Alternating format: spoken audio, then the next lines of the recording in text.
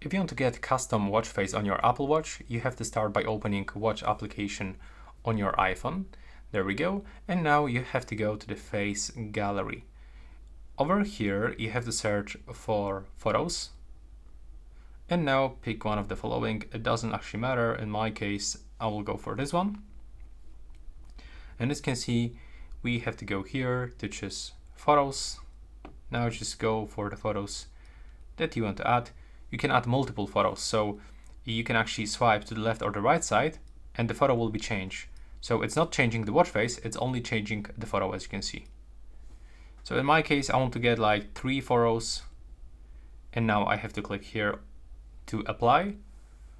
And after a few moments, it will be transferred from our iPhone into our Apple Watch after we click on the add button that is available over here. There we go. Now when you go to the My Watch, we can just tap on it and make sure that we set this one as a current watch face. And as you can see over here, we just simply set a custom watch faces on our Apple Watch. And that's basically everything. I hope you find it useful.